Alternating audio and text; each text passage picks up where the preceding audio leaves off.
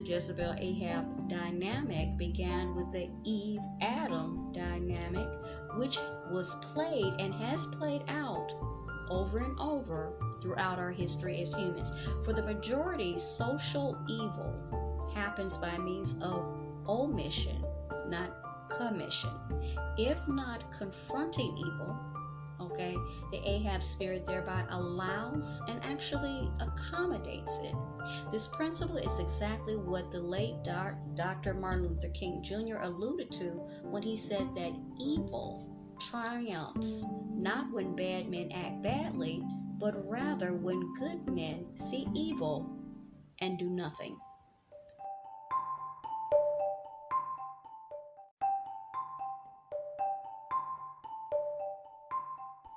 So then it goes on to say that, like the era of societal decay in which Jezebel and Ahab lived, real people in real time, in real events, our contemporary era, that the society that we, in the world we live in now, is also one in which those with these influences or spirits, however you want to refer to them, actually thrive. Okay, the Jezebel spirit that represents a spirit of control, manipulation, deception, and so forth and so on, and the Ahab spirit, which is a spirit of weakness, okay, in enabling. The reason, and the do nothing, standing by while evil takes place and saying nothing and doing nothing. The reason why the prominence of these two spirits or influences coincides with this particular societal decay is that they are synonymous with the degradation of the family and the undermining of the dignity and sanctity of the home, which is the basis of human society. These spirits and these influences also are simultaneous and synonymous with the decay of religion, okay, the law, okay, that God handed down to us, which fades into a mere form, losing touch with life and thus losing power to actually guide people the way we were supposed to be guided. So what does the text tell us happens next to Jezebel? Now, we know she dies violently after being thrown down from the top of her own home. This comes to pass because a prophet by the name of Jehu takes responsibility and refuses to budge from saying stop to Jezebel's wickedness. Now, her body, okay, is trampled by horses and then eaten by dogs. Now, Ahab dies after being struck by an arrow in battle and bleeding out. Ooh. Oh, I don't like this. Not that I like that Jezebel was trampled by horses and eaten by dogs, but the dogs lick up his blood. Ooh, that's nasty. As stated before, it is crucial not to miss that the Jezebel spirit can only thrive in the presence of an Ahab spirit. Look at that. Unfortunately, the Jezebel spirit is what happens when the flesh takes action. So no sinner needs help to act like a Jezebel. I'll do what I want, when I want it, how I want, and if getting what I want requires others to be destroyed, so be it. The Ahab spirit can only thrive when Jezebels are around, because if she's doing all the work, then why should I lift a finger? Now that we've established this, okay, the Ahab dynamic and Jezebel dynamic, it's important to apply our understanding to three separate areas. Okay, what are they? In the family, in the world, and in the church. It says in the family is the core social unit upon which all of society is built. Now, they don't say this here, but anyone that's been alive for however long can see that the family has been destroyed in a lot of neighborhoods and in a lot of places, locations, okay? This is not by accident. This is by design, okay?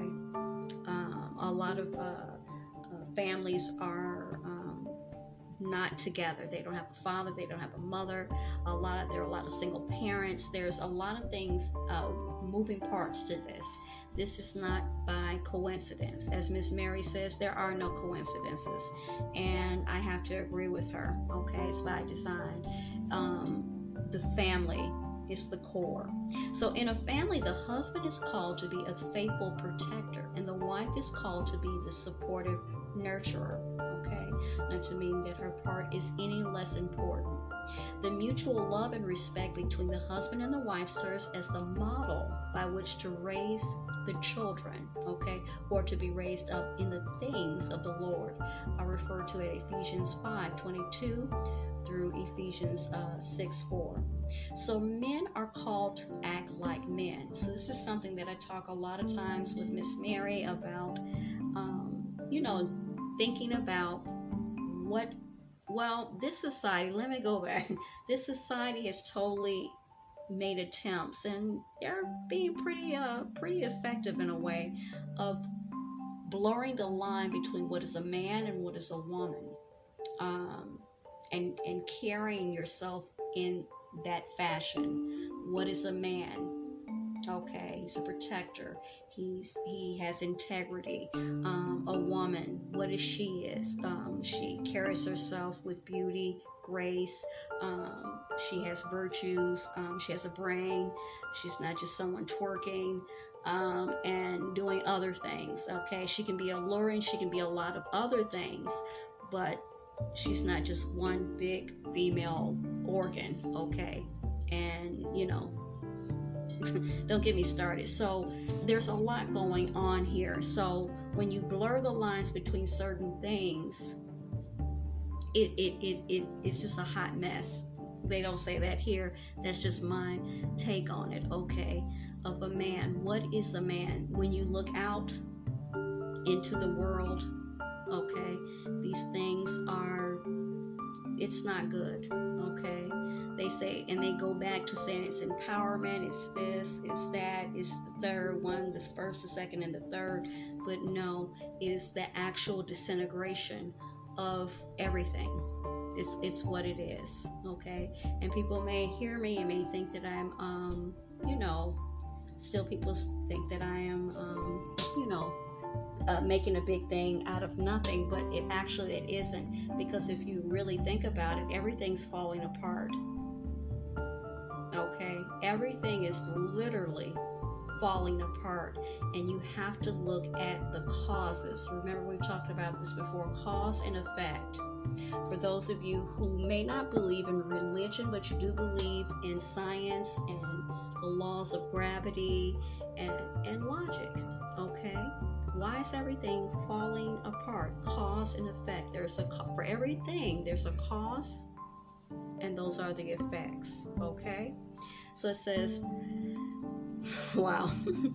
Men are called to act like men, and women are called to act like women. There is no allowance for swapping roles in God's economy. But if you're rejecting God, then of course, no. Okay. Furthermore, there are many relationships within the family that are primary, outside of a person's relationship to Christ. Now, Jezebel will try to usurp, if you will, control, and tell parents that she wants to parent for them. Or she'll try to redefine the roles of the husband and the wife, but in her vision, okay? Don't be an Ahab and simply roll over. So, for example, your children are not their school's ultimate responsibility, okay? Nor are they even your church's ultimate responsibility.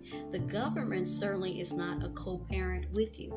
Parents take responsibility for your children because God has made them your responsibility. That's why we've seen a lot of things, and you hear of schools and different entities surpassing the family and the family unit and making decisions for your children. Okay, I'm not going to get into all of that right now, but I think we all know what I'm talking about. There are different things that are going on that really were never supposed to happen. So the next one we're going to look at is in the world. Okay, so in this point relates to the first.